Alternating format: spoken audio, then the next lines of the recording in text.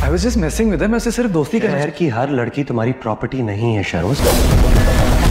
तुम्हें कोई अंदाजा भी है तुम्हारी हरकतों का क्या असर रहा होगा उसकी मेंटल हेल्थ पे?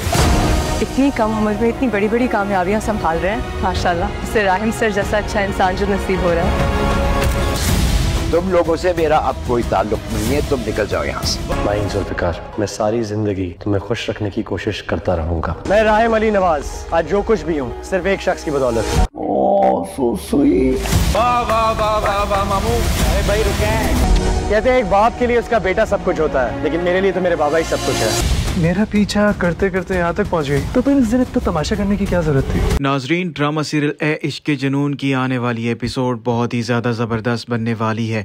नेक्स्ट एपिसोड में आप देखने वाले हैं राहिम और माहिन की एंगेजमेंट का फंक्शन चल रहा होता है और राहिम इस बात को लेकर बहुत ही ज़्यादा खुश हो रहा होता है और माहिन भी इस बात को लेकर बहुत ही ज़्यादा एक्साइटेड होती है। राहिम वहाँ पर जाकर पहले तो अपने बाप की तारीफ करता है और उसके बाद माहिन से वादा करता है कि मैं तुम्हें दुनिया की तमाम खुशियाँ देने की कोशिश करूंगा और हमेशा तुम्हारा साथ भी दूंगा। और वहीं दूसरी तरफ एमन भी वहां पर आई हुई होती है और शहरोज की नज़र एमन पर पड़ जाती है और वो एमन के पास जाता है और फिर से उसे तंग करने की कोशिश करता है। वो एमन से कहता है तुम मेरा पीछा करते करते यहाँ तक भी पहुँच गई हो। एमन उसे बताएगी मैं तुम्हारे पीछे नहीं आई बल्कि मैं यहाँ पर काम करने के लिए आई हूँ, लेकिन उस दिन जो कुछ भी तुमने मेरे साथ किया उसके बाद मैं तुमसे बात भी नहीं करना चाहती। एमन राहिम को देखकर बहुत ही ज्यादा खुश हो रही होती है और कह रही होती है राहिम सर बहुत ही ज्यादा अच्छे हैं और उन्होंने बहुत ही कम वक्त में अपना नाम बना लिया है। और वहीं दूसरी तरफ एमन की मुश्किलात में मजीद इजाफा होता जा रहा है।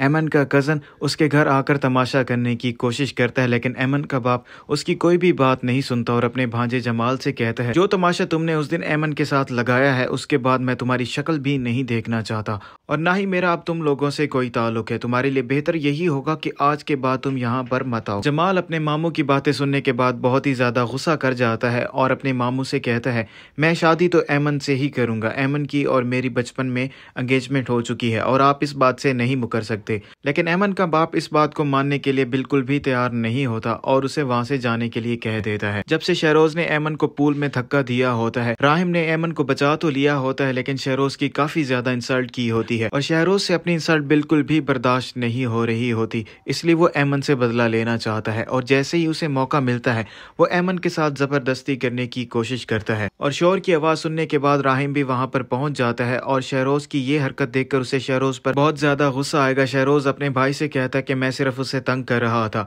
और आप ये बात जानते हैं मैं उससे दोस्ती करना चाहता हूँ। राहिम शहरोज को जवाब देता है शहर की हर लड़की तुम्हारी मलकियत नहीं है, इसलिए तुम सबके साथ एक ही जैसा सलूक नहीं कर सकते। तुम्हारे लिए बेहतर यही होगा कि तुम एमन का पीछा छोड़ दो, नहीं तो मुझसे बुरा कोई भी नहीं होगा।